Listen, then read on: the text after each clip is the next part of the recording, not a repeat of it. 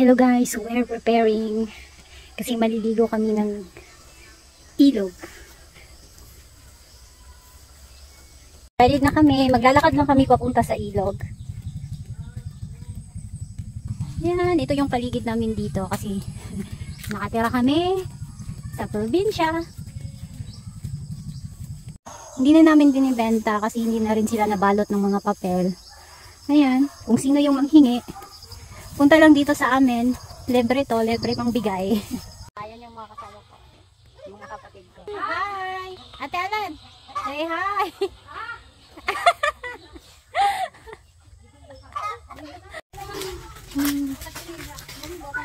Yan, may shortcut kasi dito na daan. So, mas malapit.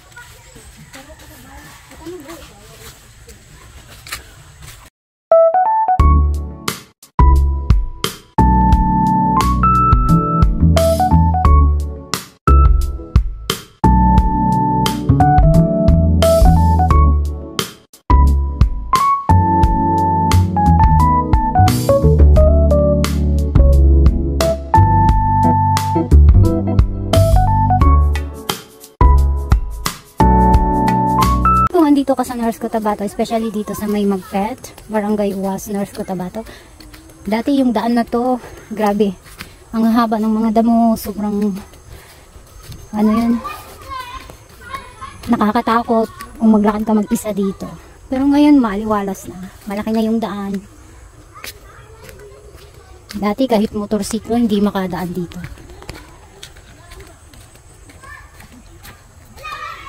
Nakakamiss din, ilog.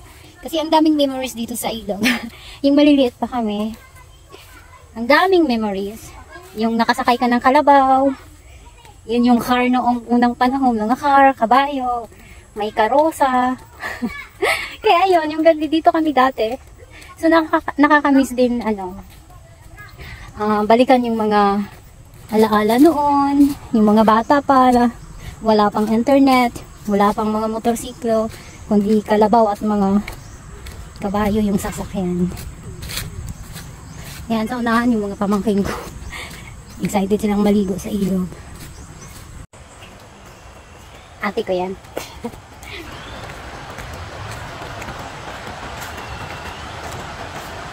Yan, malapit na kami. Naririnig ko na.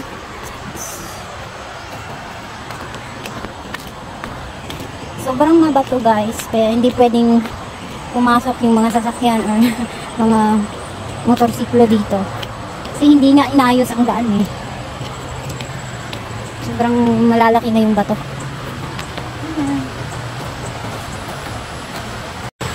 Malakas yung alon. Yung alon ng tubig. Agos pala, hindi alon. Pasensya guys, Bisaya kasi ako, hindi ako Tagalog. Kaya medyo mahirap magsalita ng Tagalog. Yan, tuwang-tuwa yung mga maliliit na bata dito. Yan, mga kapatid ko yan, mga ate ko. Nakita ko sa inyo yung ilog. Ang tagal ko nang hindi nakabalik dito actually. So, may tulay. Connected ito sa sa may Barangay Muhaan, Kidapawan City. Yan, pero na siya, sirap na siya. Nakakatakot na din daanan. So, ayan guys, yung ilog namin dito.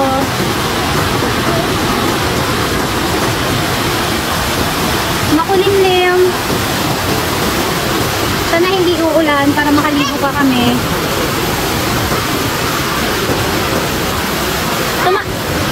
Gaamba ka na!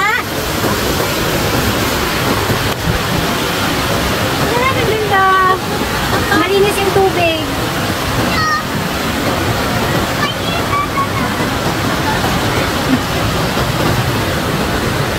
Nagre-prepare sila. Maliligo na sila. Umuulan guys, pero hindi naman ganun kalakas. Sarap na sanang maligo eh. May bahay doon banda. May bahay.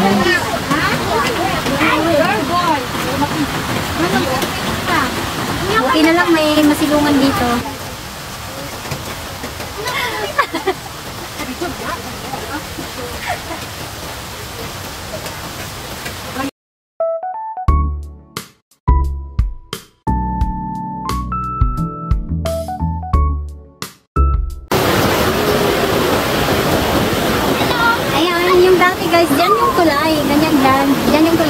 papunta doon.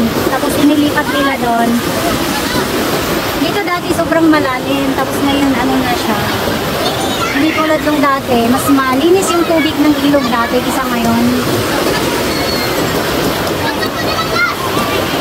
Enjoy na enjoy yung mga bulilit.